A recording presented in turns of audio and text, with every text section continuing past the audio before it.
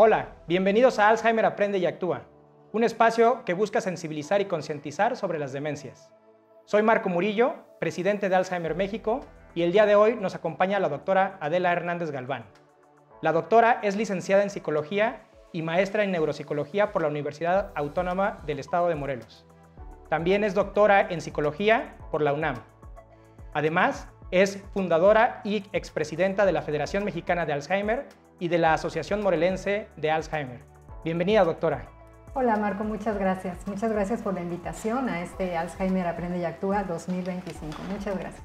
Doctora, en México hay estimaciones de alrededor de 1.2 millones de personas que viven con algún tipo de demencia.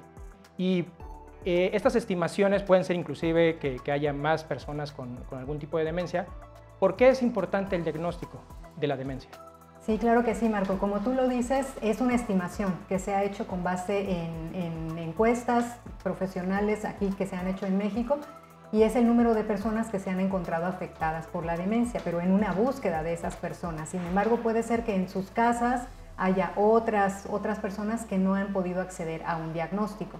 Por eso, pues, la importancia de conocer cuáles son las señales de alarma, los síntomas que nos pueden preocupar o que nos pueden indicar que algo puede estar pasando, para empezar el camino del diagnóstico, ¿no? Del estudio y del diagnóstico, y para poder, sobre todo, encaminar al tratamiento, ¿no? Llegar al tratamiento y mejorar la calidad de vida del paciente y de la familia, que pues es el objetivo último del diagnóstico oportuno. Doctora, para esta charla me gustaría poner un ejemplo, un caso en donde vamos a asumir que yo tengo un familiar con algún tipo de demencia y empiezo a ver algunas señales de alerta, ¿no? Entonces, lo que a mí se me ocurriría es primero acudir con mi médico general.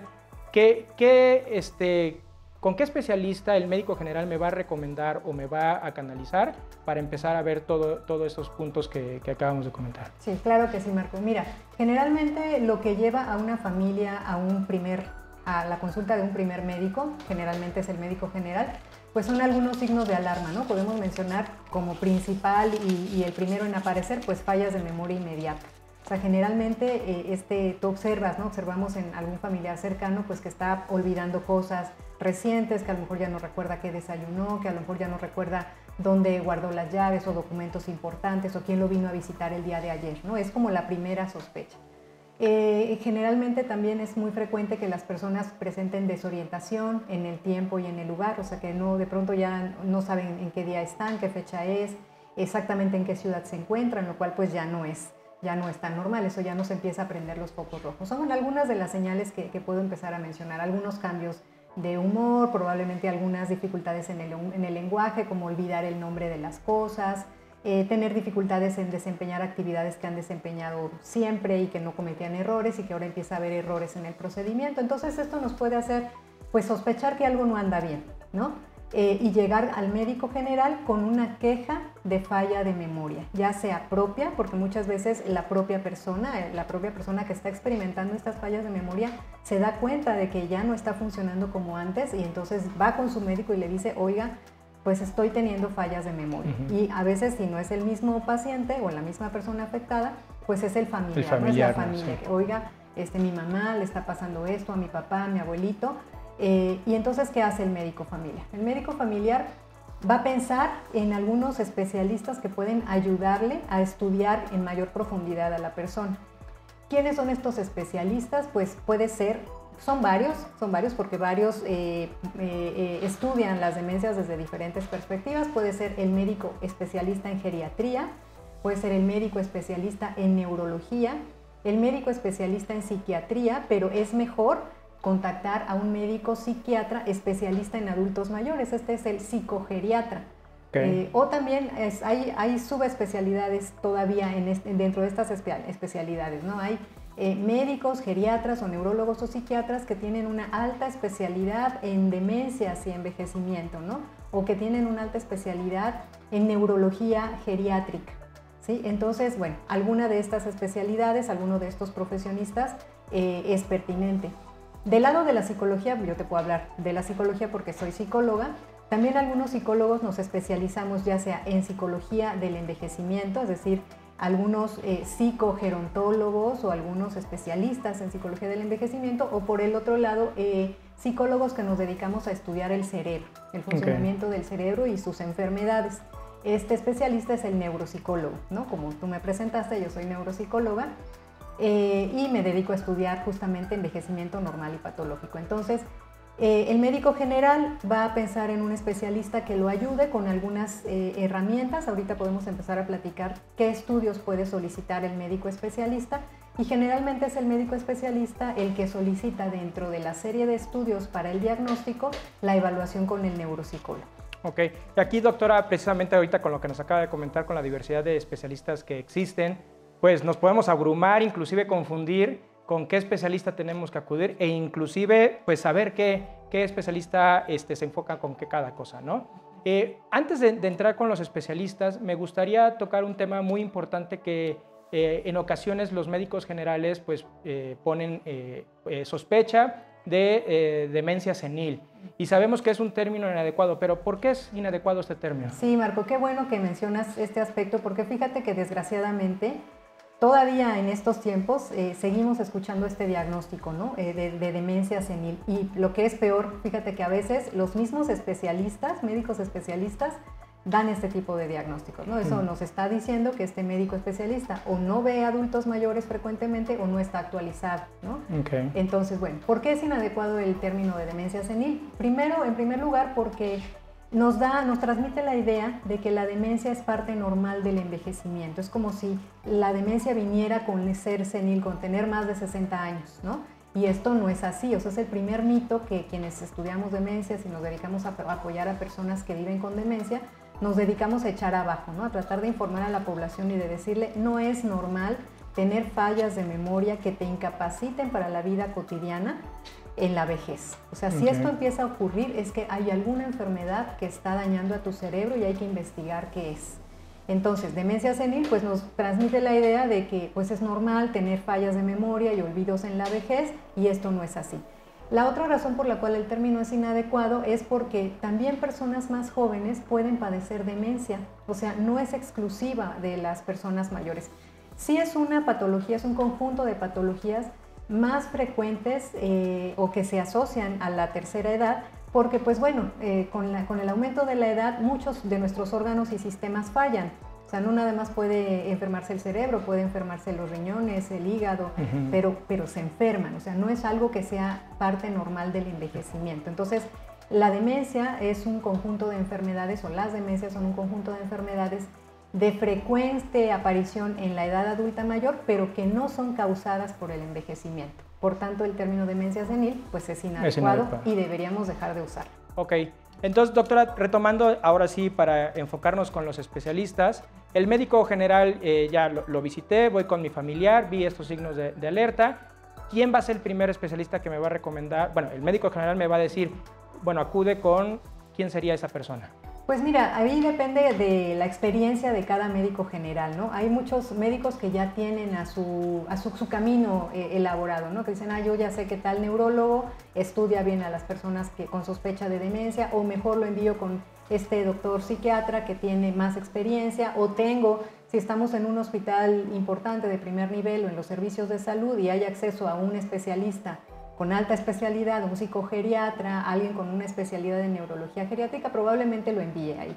Lo que quiero decir es que cualquiera de estos especialistas nos puede acercar más al diagnóstico, ya sea geriatra, neurólogo, como lo mencionamos, psiquiatra, mejor si es un psicogeriatra, que es lo primero que va a hacer el médico general. O sea, lo va a enviar a la especialidad para que ahí lo estudien. Generalmente es, lamentablemente, bueno, no lamentablemente, pero es más frecuente que lo envíen a neurólogo o psiquiatra, cuando también el geriatra puede hacer una muy buena labor alrededor. Y tomando esto como referencia entonces, el neurólogo, ¿a qué se dedica el neurólogo? ¿Qué hace el neurólogo? Mira, el neurólogo estudia el sistema nervioso central, estudia las enfermedades del sistema nervioso central. El sistema nervioso central incluye el encéfalo y la médula espinal y todos los nervios periféricos. Entonces, un neurólogo puede especializarse en enfermedades del cerebro, de la corteza cerebral, de alguna estructura del cerebro. También tenemos neurólogos especialistas en columna, especialistas en enfermedades motoras, de movimiento. También sabemos que dentro de de estas especialidades hay subespecialidades, ¿no? Okay. Pero bueno, un neurólogo general conoce cuáles son las enfermedades más frecuentes en la edad adulta mayor, que la principal, lamentablemente, pues son las enfermedades demenciales. Entonces, un neurólogo general tiene que poder identificar y saber cuáles son los estudios que tiene que indicar a una persona con sospecha de demencia. Ok, ahora comentó el psiquiatra, pero ¿cuál sería la diferencia entre un psiquiatra y un psicogeriatra? Ajá, sí, claro. Mira, el psiquiatra regularmente está enfocado en enfermedades de la mente, lo que solemos llamar de la mente, de las emociones, que debemos aclarar que las emociones, la conducta, nuestra capacidad para desempeñar actividades de la vida diaria y nuestros procesos cognitivos, es decir, nuestra capacidad para hablar, de memoria, de movimiento, de atención, todas esas habilidades que he mencionado dependen del funcionamiento del cerebro. O sea, es mentira que amamos con el corazón. O sea, eso no es cierto, ¿no? En realidad, las emociones son originadas en el sistema límbico, que es una estructura de nuestro cerebro, y reguladas por nuestro lóbulo frontal. El lóbulo frontal es el que nos va diciendo qué es adecuado hacer en una circunstancia u otra. Entonces, bueno, me decías cuál es la diferencia entre un psiquiatra y un psicogeriatra, ¿no? Bueno, el psiquiatra suele ver enfermedades de las personas adultas jóvenes, y el psicogeriatra ve enfermedades en personas adultas mayores. Estaba yo mencionando que hay relación entre las enfermedades afectivas o emocionales con el funcionamiento del cerebro. Probablemente no sean enfermedades que afecten a la estructura del cerebro, pero sí el funcionamiento de su comunicación, es decir, de la neurotransmisión. Sabemos que cuando tenemos una depresión, por ejemplo, hay ciertos neurotransmisores como la serotonina o la dopamina que están en menor cantidad en nuestro cerebro y eso puede darnos alteraciones del ánimo. Entonces, finalmente, todo está relacionado con el cerebro y esto lo sabe el psicogeriatra sobre todo. Sí, el psicogeriatra que sí está acostumbrado no solamente a los padecimientos más frecuentes en adultos mayores, sino también a los tratamientos farmacológicos. Las dosis en los tratamientos farmacológicos son distintas en el adulto mayor que en una persona adulta joven. Es más fácil que una persona adulta mayor tenga efectos secundarios con las mismas dosis que un adulto joven, pues probablemente no le pase nada. Entonces, todos estos conocimientos muy específicos sobre el metabolismo de los adultos mayores, las enfermedades más frecuentes, los tratamientos más adecuados para enfermedades demenciales, este conocimiento más especializado las tiene el psicogeriatra, además de que también nos puede ayudar especialmente en el tratamiento farmacológico de las alteraciones conductuales que acompañan a las enfermedades demenciales. Ahora, ¿cuál es el rango de edad entre el adulto joven y el adulto mayor? Muy bien. Pues mira, consideramos adultos mayores a partir de los 60 años. Sin embargo, yo te voy a decir lo que pasa en el cerebro. O sea, el cerebro de un adulto entre los 60 a los 70 años se parece todavía mucho al cerebro del adulto joven. O sea, todavía en esa década de 60 a 70 años no hay mucha diferencia en cómo funciona nuestro cerebro a cómo funciona el cerebro de un adulto joven. Los cambios marcados por la edad empiezan a verse a partir de los 70 años. O sea, a partir de los 70 años, sí, evidentemente, como todo en nuestro cuerpo, recibe el impacto de la edad, también nuestro cerebro, y puede que nos cueste más trabajo aprender algunas cosas, que estemos más lentos para llevar a cabo algunos procesos, que sí hay algunos cambios cognitivos, pero estos cambios, si nuestro cerebro no está enfermo, no son capaces de incapacitarnos para la vida independiente. O sea, puede que haga las cosas más lenta, puede ser que me olvide de algún detalle, pero después voy a recordar más tarde, o soy capaz de utilizar una agenda, un cuaderno de notas, un recordatorio. Sí, vaya, soy capaz de utilizar algunas ayudas para continuar mi vida independiente. Pero en el momento en el que no solo se me olvida el recado que me dieron, sino ya se me olvidó en dónde lo anoté, ya perdí el cuaderno y me olvidé por completo que hice una nota, esos ya no son olvidos insignificantes y ya nos incapacitan para la vida independiente. Y entonces, bueno, siguiendo el caso que le comentaba al inicio, entonces puedo ir con el neurólogo, o bueno, me pueden referir con el neurólogo o con el psicogeriatra, ¿no? ¿Cuándo es el momento que tengo que acudir con el neuropsicólogo? Muy bien. Mira, generalmente el neurólogo y el psiquiatra o el psicogeriatra, si están acostumbrados a estudiar demencias, van a necesitar una evaluación del estado mental de la persona, es decir, una evaluación de cómo está estos procesos cognitivos que hemos mencionado. ¿Cómo está no nada más la memoria, sino cómo está la atención, la percepción, la capacidad intelectual, el movimiento, el cálculo? Vaya, los neuropsicólogos podemos explorar muchos procesos cognitivos. ¿Por qué? ¿Por qué es importante la referencia al neuropsicólogo? Porque si nosotros les preguntamos a 10 personas mayores si tienen fallas de memoria, ¿cuántas crees tú que nos van a decir que sí tienen fallas de memoria? Pues muy pocas, ¿no? No, fíjate que no, al contrario, muchos de ellos. O sea, tal vez de 10 personas mayores, 7 nos digan sí tengo fallas de memoria.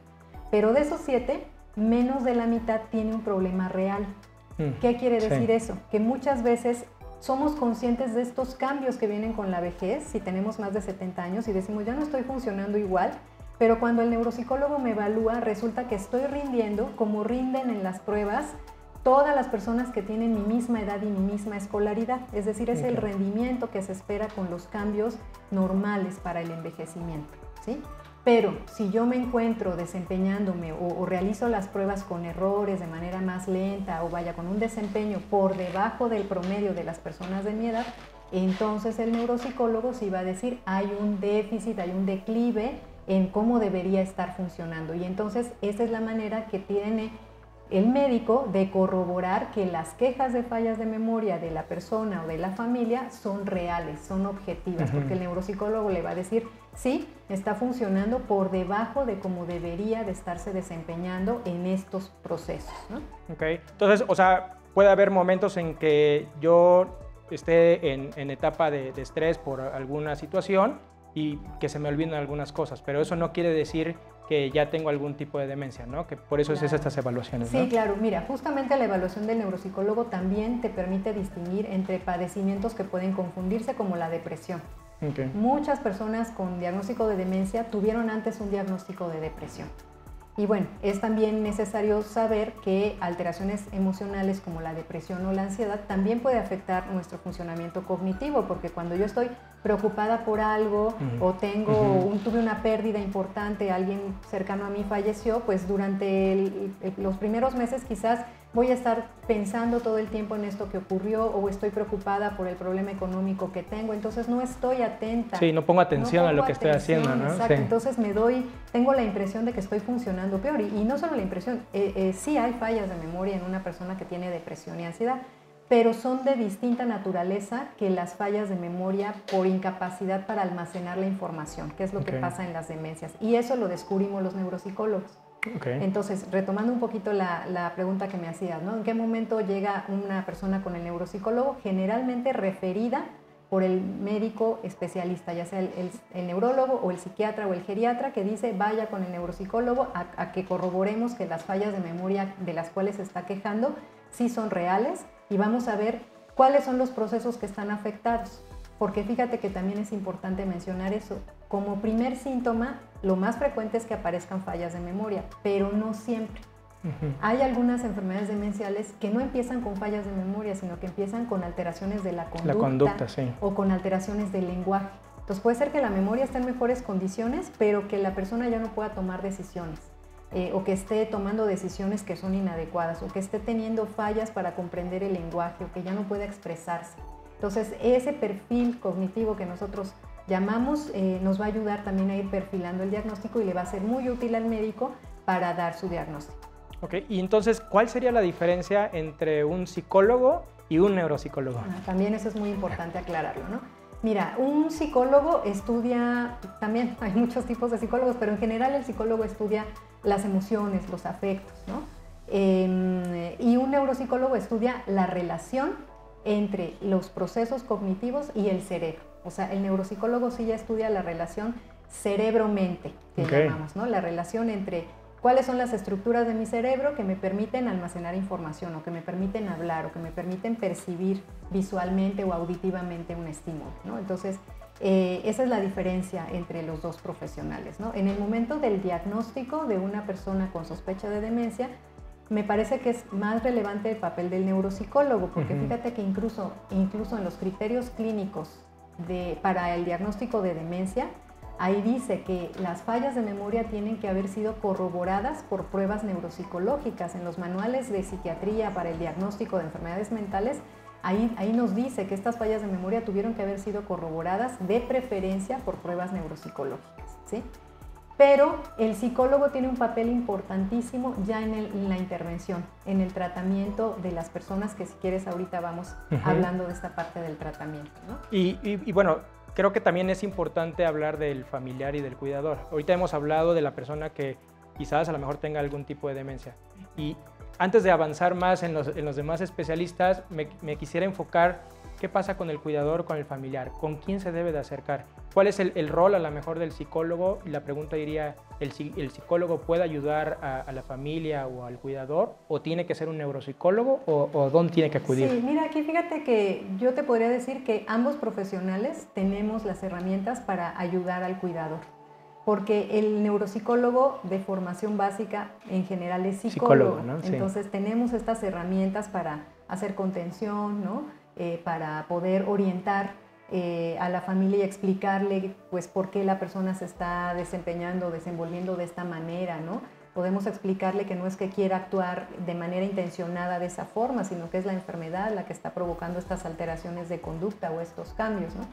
Sin embargo, y bueno, lo podemos hacer tanto el neuropsicólogo como el psicólogo, pero yo, por ejemplo, como neuropsicóloga, hay un momento en el que yo puedo orientar a la familia con respecto a cuáles son las características de la enfermedad, cuáles son los síntomas, puedo orientar en general, pero si yo observo que el cuidador tiene sobrecarga, está especialmente o deprimido de manera severa, o tiene un cuadro ansioso, o tiene una afectación afectiva mayor, ya no me quedo yo atendiéndolo, sino lo derivo a un especialista en psicoterapia. Algún colega psicólogo que sí se dedique a dar psicoterapia, porque los neuropsicólogos no damos psicoterapia, damos terapia cognitiva y orientamos a los familiares, ¿no? Si podemos explicarle el significado de estos síntomas, vaya, sí damos una orientación general, pero ya cuando se trata de una intervención psicoterapéutica individual o personalizada, ya se hace la referencia. Referir a un psicólogo clínico, a un colega que trabaje psicoterapia. Entonces, a manera de resumen, yo fui con el médico general, con mi familiar, nos canalizó, nos refirió con el neurólogo, con el psicogeriatra, y de ahí nos va a referir con el neuropsicólogo, ¿no? Y adicional, pues bueno, también yo como familiar, pues entonces empiezo a ver al psicólogo también, ¿no? Exacto. Mira, creo que nosotros como profesionales de las emociones, me refiero a psicólogos y neuropsicólogos, siempre le ponemos atención al cuidador. O sea, para nosotros no centramos solo la atención en la persona que está afectada, sino sabemos que tiene una repercusión no solo en el cuidador, sino en su familia. Entonces, como por nuestra naturaleza como psicólogos, siempre volteamos a ver a quién viene acompañando, ¿no? Y en qué condiciones se encuentra, en qué condiciones está cuidando, con apoyo social o sin apoyo, tiene las habilidades, las posibilidades o no, tiene un buen pronóstico para dedicarse al cuidado o no. Sí, entonces, siempre ponemos atención al cuidador y a la familia, ¿no? O sea, creo que es una cualidad y una característica que nos distingue a los psicólogos. Ok, doctora. Retomando un poquito el neuropsicólogo, de seguro pues nos va a hacer algunas, bueno, a nuestro familiar le va a hacer algunas evaluaciones. ¿Cuáles son las evaluaciones más comunes o las que nos vamos a enfrentar? Sí, mira, qué importante hablar de eso, porque es muy probable que desde que la persona mayor llega con el especialista, con el médico especialista, ahí en el consultorio el médico le haga una breve evaluación de escrutinio cognitivo. ¿Sí? Okay. Es decir, estas son unas evaluaciones muy breves, son 30 preguntas más o menos que se hacen en 10 minutitos, las clásicas, ¿no? A ver, dígame qué día es hoy, qué fecha estamos hoy, en dónde nos encontramos, cómo se llama, su fecha de nacimiento, repita estas palabras, nombre estos objetos, dibuje estos pentágonos que están intersectados, etc. Son pruebas de consultorio, digamos, que nos orientan y nos permiten distinguir quién podría estar teniendo una falla de memoria, aunque no nos la corrobora a profundidad, ¿sí? Estas pruebas de escrutinio cognitivo están al alcance no solo del médico especialista, sino de cualquier profesional. Ya el neuropsicólogo amplía esa evaluación, ¿no? Y si en esa evaluación breve la persona tuvo fallas de memoria, el neuropsicólogo ya se encarga de explorar exhaustivamente la memoria verbal, la memoria visual, con diferentes tipos de estímulos, el lenguaje, la comprensión, la expresión, la lectura, la escritura. Todo ese proceso de evaluación nos lleva varias sesiones. porque tampoco podemos someter a la persona a una sesión muy larga de pruebas. Sí. Entonces, en general, el diagnóstico exhaustivo y completo que hace el neuropsicólogo, yo te puedo decir en un cálculo promedio que son aproximadamente 5 sesiones, ¿no? Nuestra entrevista que tenemos con el familiar, donde conocemos al paciente, aplicamos nuestras pruebas de escrutinio, unas 2 o 3 sesiones de pruebas más exhaustivas y una última sesión de devolución de resultados, ¿no? Que tenemos como obligación. También generalmente los neuropsicólogos hacemos informes por escrito que entregamos a la familia o que enviamos al médico o a ambos, donde están nuestras conclusiones y todas las gráficas que muestran el desempeño que está teniendo la persona que nosotros valoramos, ¿no? Doctora, ¿y cuál es la terminología correcta en los diagnósticos? Es decir, hemos visto diagnósticos, ya platicamos hace ratito de demencia senil, que es inadecuado. ¿El término, por ejemplo, Alzheimer es correcto o es diagnóstico tipo Alzheimer? ¿O cuáles serían unos ejemplos de algunos tipos de diagnósticos? Sí, también es muy importante hablar de eso, ¿no? Porque sabemos que la demencia es un conjunto de enfermedades, ¿no? O está ocasionada por una gran cantidad de enfermedades. Se dice que son más de 100 enfermedades que pueden ocasionar demencia, es decir, que pueden hacer que una persona empiece a tener dificultades cognitivas que le impidan desempeñar sus actividades de la vida cotidiana o que le alteren la conducta, sus emociones, etc. Todo esto se diagnostica como demencia, pero tenemos que saber o tratar de llegar a determinar cuál es la enfermedad que está provocando esta demencia. La más frecuente es la enfermedad de Alzheimer, que es una enfermedad neurodegenerativa. ¿Qué porcentaje de las personas que tienen algún tipo de, algún diagnóstico representa Alzheimer? Sí, cerca del 47%, o sea, es un porcentaje ya alto, ¿no? Sí, casi la mitad. Aunque en nuestro país es muy frecuente que ya las personas mayores, por las condiciones de nuestra salud poblacional en general, los mexicanos no nos caracterizamos por una muy buena salud, ¿verdad? Sí. Y cuando llegamos a la edad adulta mayor, desgraciadamente, o tenemos hipertensión o diabetes o alguna cardiopatía o alguna enfermedad crónico-degenerativa que nos ocasiona o que son factores de riesgo para otra de las demencias muy frecuentes, que es la demencia vascular. Okay. Sí, entonces en México también es muy alto el porcentaje de las personas que tienen demencia por origen vascular. Otros ejemplos de diagnóstico puede ser la demencia frontotemporal, la demencia por cuerpos de Levy, ¿sí? La demencia traumática y muchas otras, ¿no? Pero siempre hay que tratar de ponerle un apellido a la demencia. Ahora, fíjate que también es importante rápidamente mencionar que en los últimos años está tratando de sustituirse el término de demencia, justamente por estas connotaciones negativas. El estigma que hay, ¿no? El estigma, exactamente, ¿no? Asociamos demencia a locura, a alguien que ha perdido la razón. Entonces, estos manuales americanos de diagnóstico de enfermedades mentales han propuesto cambiar este término y sustituirlo por el de trastorno neurocognitivo mayor. Que sé que es más complicado. Sí, para aprenderlo también. Aprenderlo también, pero nos da la pista de qué es lo que está pasando. Dice un trastorno neurocognitivo. ¿Qué quiere decir? Es un trastorno neurológico que afecta a la cognición, que es mayor. ¿Qué significa un trastorno neurocognitivo mayor? Que te incapacita para la vida independiente. Porque también tenemos el diagnóstico más precoz, más oportuno del trastorno neurocognitivo menor, en donde empiezas ya a tener alteraciones cognitivas, pero sigues siendo independiente, sigues teniendo algunas estrategias que te permiten seguir funcionando en la vida cotidiana, aunque ya están por ahí estas quejas de fallas de memoria o ya están documentadas por el profesional, ¿no? Por este proceso diagnóstico del que hemos hablado. Ok, ¿y cuál entonces, alineado a esto, cuál sería la diferencia entre ya un diagnóstico clínico y ya la sospecha? Ah, claro, sí. ¿No?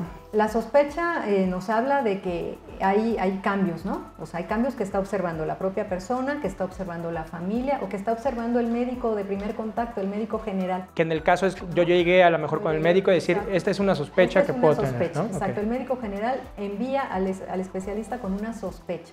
El diagnóstico clínico ya se da una vez que se completó el proceso diagnóstico, ¿sí? Que hemos hablado de lo que hace el psicólogo y el neuropsicólogo justo porque yo soy profesional, ¿no? Pero el médico no solamente va a pedir la ayuda del neuropsicólogo, también se va a ayudar de otras herramientas diagnósticas como pruebas de laboratorio y pruebas de imagen cerebral. O sea, es muy importante eso de cajón. El neurólogo, el psiquiatra, el geriatra, cualquiera de ellos va a necesitar y generalmente manda a la familia a que lleven a cabo una tomografía o una resonancia magnética, dependiendo de cuál sea la causa por la cual sospecha el médico que está ocasionada la demencia, y va a mandar también a hacer estudios de laboratorio, ¿sí? Para ver cómo está el funcionamiento de la tiroides, que también puede afectar el funcionamiento de la memoria, por ejemplo, o para ver si la persona a lo mejor es diabética y no se sabe diabética, o para ver cómo está. Sabemos que el médico necesita estos análisis clínicos para saber cómo está en general funcionando nuestro cuerpo, y lo que hay que descartar son causas que estén afectando a nuestro cerebro, ¿no? Probables causas que además estén abonando a o que estén afectando al cerebro, ¿no? Entonces, bueno, es importante que no hayamos hablado de eso, pero también seguramente el médico va a mandar a hacer pruebas de laboratorio, pruebas de imagen y las pruebas del neuropsicólogo. Ok, entonces, ¿realmente quién nos da el diagnóstico? ¿O es un complemento de varios especialistas? ¿O cómo funciona? Sí, mira, generalmente como nosotros, como los neuropsicólogos solemos trabajar, como el paciente nos llega referido por un médico especialista, tú le das la información al médico especialista de regreso y le dices, oiga doctor, encontré que su paciente tiene esto, va y le mando el informe, ¿no? Y entonces generalmente es el médico el que integra todas las herramientas o los datos diagnósticos que tiene, y es el que da el diagnóstico. Pero ese es mi médico especialista. Puede ser el geriatra. Geriatra, puede ser el geriatra, sí, claro, puede ser el geriatra, puede ser el neurólogo, el psiquiatra, el psicogeriatra.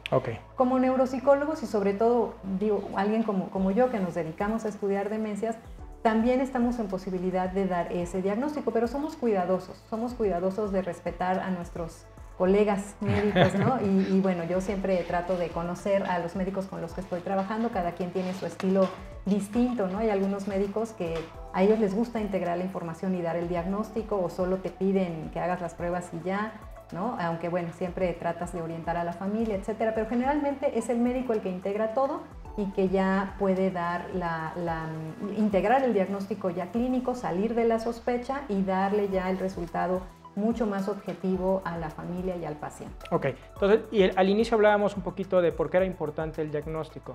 Ahora la pregunta sería, ¿por qué es importante un diagnóstico certero? Porque aquí en la fundación pues, hemos tenido diagnósticos que dice tipo Alzheimer, pero a lo mejor no es Alzheimer y es frontotemporal. Entonces, ¿por qué la relevancia y la importancia de que el diagnóstico pues, sea certero? Y quizás a lo mejor pues, no se podría ser certero, no sé, usted me dirá, doctora, pero bueno, ¿por qué es importante esto? Mira, hablar de certeza en estos diagnósticos puede ser también álgido, ¿sí?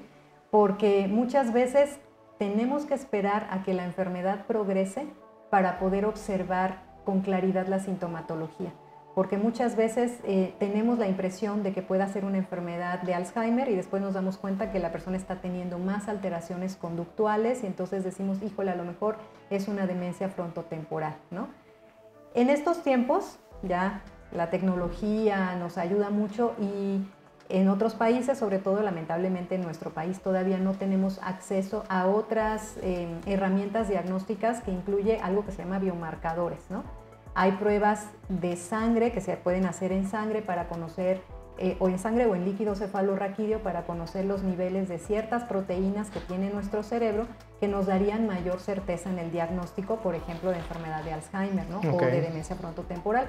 Pero estas pruebas se hacen solamente en ciertos protocolos de estudio, todavía los estándares no están normados para nuestra población, todavía no son del todo certeras, ¿no? Entonces todavía seguimos haciendo los diagnósticos en general clínicos con base en las pruebas neuropsicológicas, las pruebas de imagen, las pruebas de laboratorio. Con eso ya podemos hablar de cierta certeza, ¿no? Y vaya, el diagnóstico se va confirmando con el paso del tiempo, lamentablemente. Entonces, sí, hay veces que la familia quizás se desespere porque dicen, bueno, pues es que me siguen diciendo que a lo mejor es Alzheimer, porque no me dicen bien si eso no es, pues porque es difícil asegurarlo, ¿no? Tenemos que esperar un poquito a cómo va evolucionando la enfermedad para entonces tener mayor seguridad, ¿no? Pero hay cuadros muy, muy claros que desde el principio tenemos una mayor certeza, pero bueno, siempre, como te digo, hablar de certeza en el diagnóstico, hablamos de hipótesis diagnósticas, ¿no? Ese sería el término correcto. Sí. O el adecuado, ¿no? El adecuado, el más adecuado. Ahora, bueno, ya tengo el diagnóstico de mi familiar, me dicen, vamos a suponer que tiene Alzheimer, ¿no? Entonces, ¿qué hago? ¿Qué sigue? ¿Quién me va a orientar o a dónde me acerco? Claro. ¿Cuáles son los siguientes pasos? Claro, mira, el médico que te dé el diagnóstico, el especialista del que hemos hablado, tiene la obligación de no solamente indicar un tratamiento o valorar si la persona requiere un tratamiento farmacológico, sino también hablar del tratamiento no farmacológico, ¿sí? ¿Qué significa el tratamiento no farmacológico? De todas aquellas otras actividades que vamos a propiciar que lleve a cabo nuestro familiar, que le ayuden a mantenerse activo, que le ayuden a enlentecer el deterioro cognitivo, ¿sí?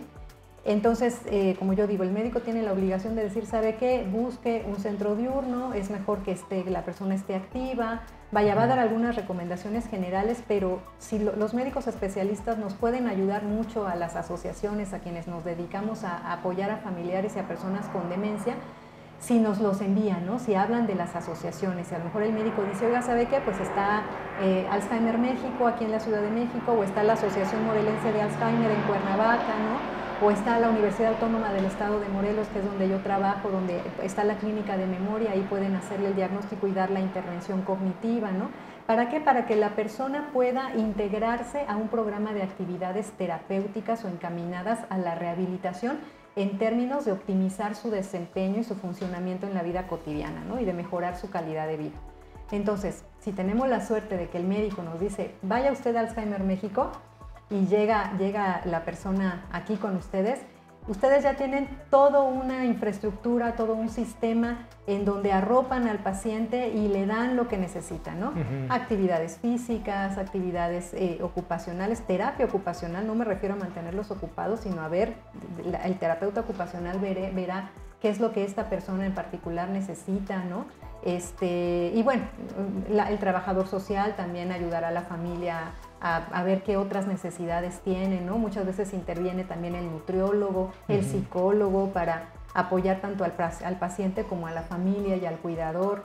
Entonces vemos que hay una gran cantidad de profesionales que tienen pertinencia en el tratamiento no farmacológico de esta persona que ya vive con demencia o que acaba de recibir su diagnóstico de demencia. Y precisamente aquí entramos ahora en otro mundo también de especialistas, en donde, bueno, ya hablamos de la parte del geriatra, psicogeriatra, etcétera, etcétera, y ahora entramos al mundo del tratamiento no farmacológico. Exacto. Entonces, en el no farmacológico, ahorita lo acaba de comentar la doctora, pues tenemos al trabajador social, también está el neuropsicólogo, el psicólogo, la nutrióloga o el nutrólogo, fisioterapeutas, terapia ocupacional, gericultura, etcétera, etcétera. Entonces, se vuelve abrumador todo esto.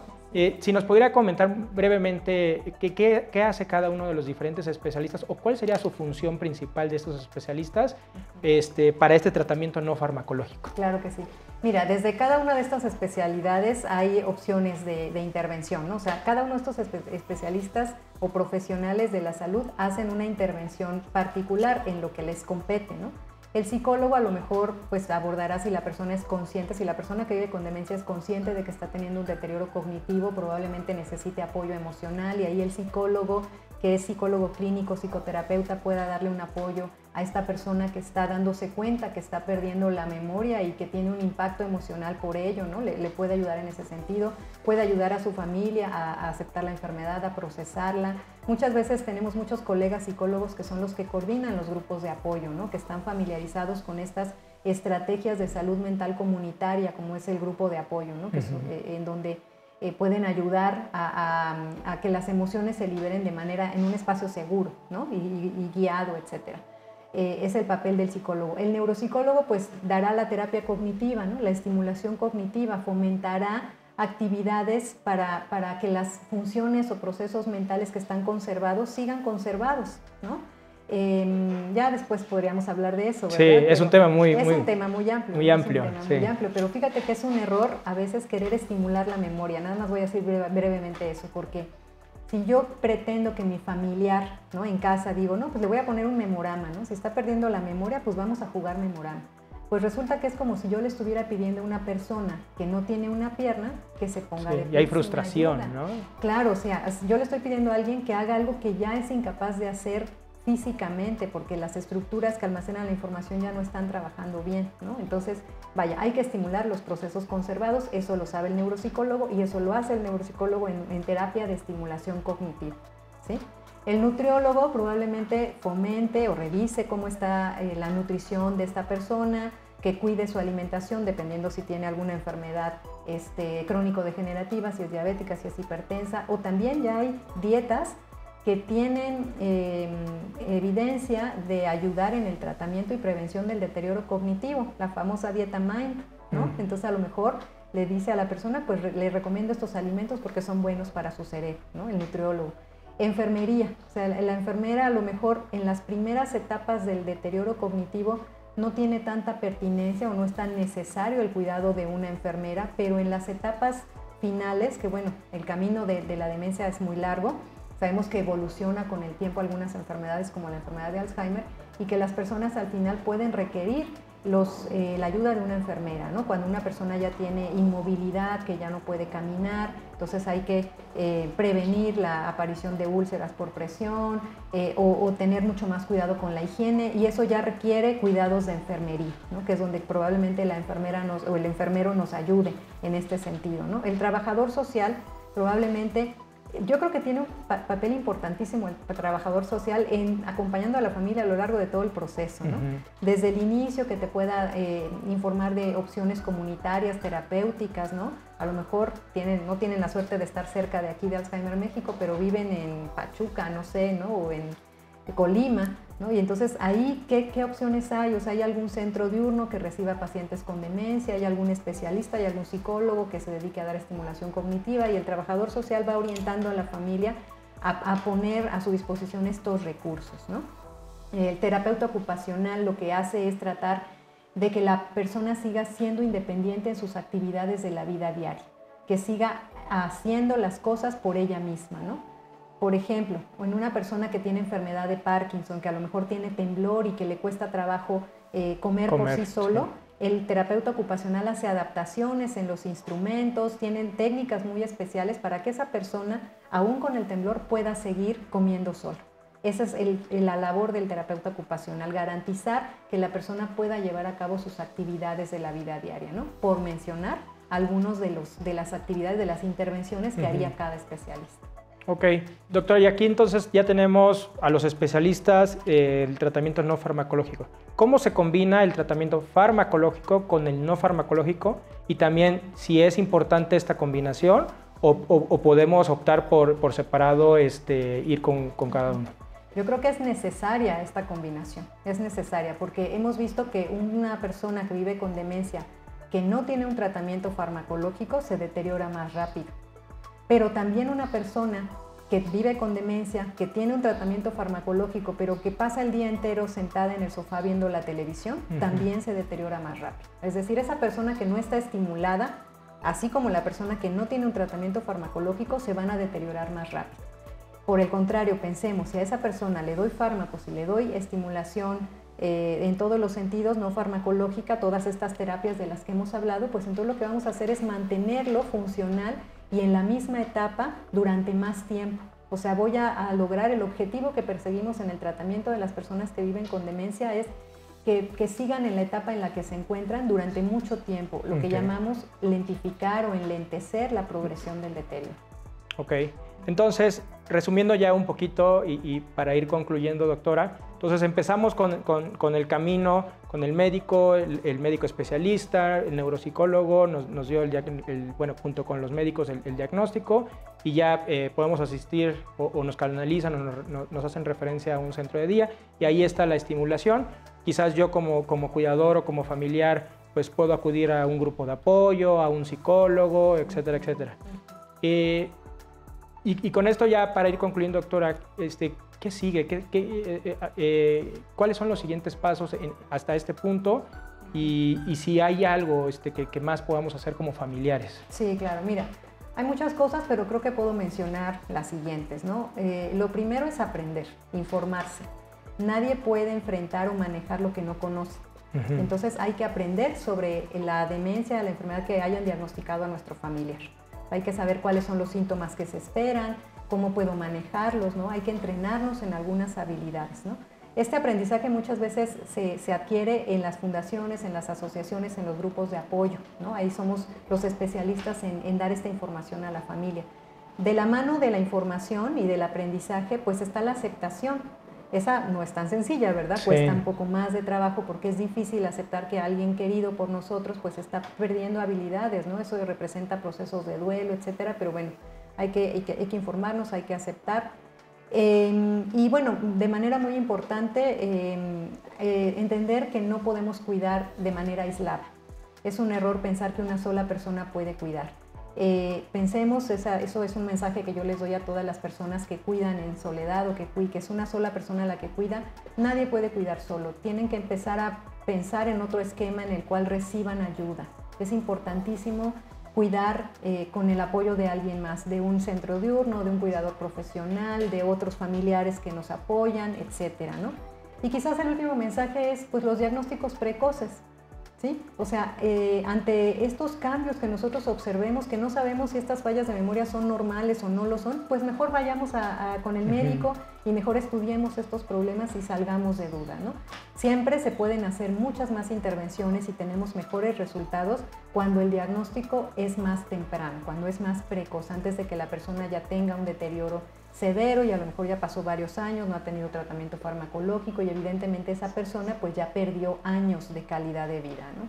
Este evento, doctora, lo estamos enfocando en detección oportuna y en prevención, alineado a los 14 factores de riesgo modificables que Lancet pues, bueno, publicó conjunto con la ADI.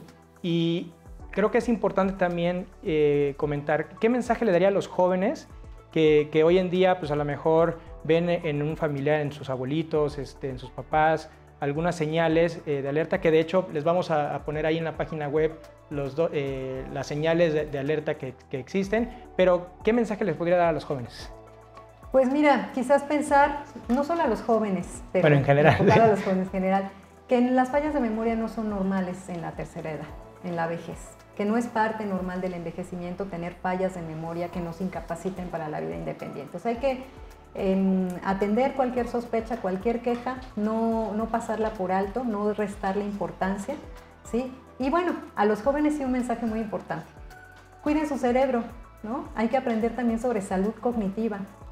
Hay muchos excesos que tenemos en la vida adulta joven, ¿no? No solamente hablo de excesos en cuestión de consumo de alcohol, consumo de tabaco, sino en cuestión de alimentación. O sea, a lo mejor no estamos cuidando nuestro cuerpo para envejecer con salud, ¿no? Estamos dándole a nuestro cuerpo todos esos factores de riesgo que en la vejez van a hacer que yo tenga alguna demencia de una u otra forma porque no me cuide. Y entonces, estrés, inactividad física. Estrés, inactividad física, por supuesto, o sea, claro, ¿no? Incluso falta de contacto social, ¿no? O sea, hay que, pues sí, ya ustedes verán con otros especialistas estos 14 factores de riesgo, pero pues poner atención a ellos y ver cuáles palomitas tengo yo ya desde los 20, 30 o 40 o 50 años, ¿no? O cuáles no tengo y cuáles tengo descartados, ¿no? Sí, y precisamente este evento es para que aprendamos y actuemos, y estaremos viendo a lo largo de esta semana pues, esos 14 factores de riesgo que son modificables y que podemos ir haciendo pues, cosas a lo largo de nuestra vida para poder evitar en la medida que se pueda para reducir el riesgo, exacto. Pues doctora, agradecerle la participación en este evento. Muchas gracias por estar aquí con nosotros y pues bueno, estamos ahí en la página virtual para que sigan viendo las demás charlas de Alzheimer Aprende y Actúa. Muchísimas gracias a todos y que estén muy bien.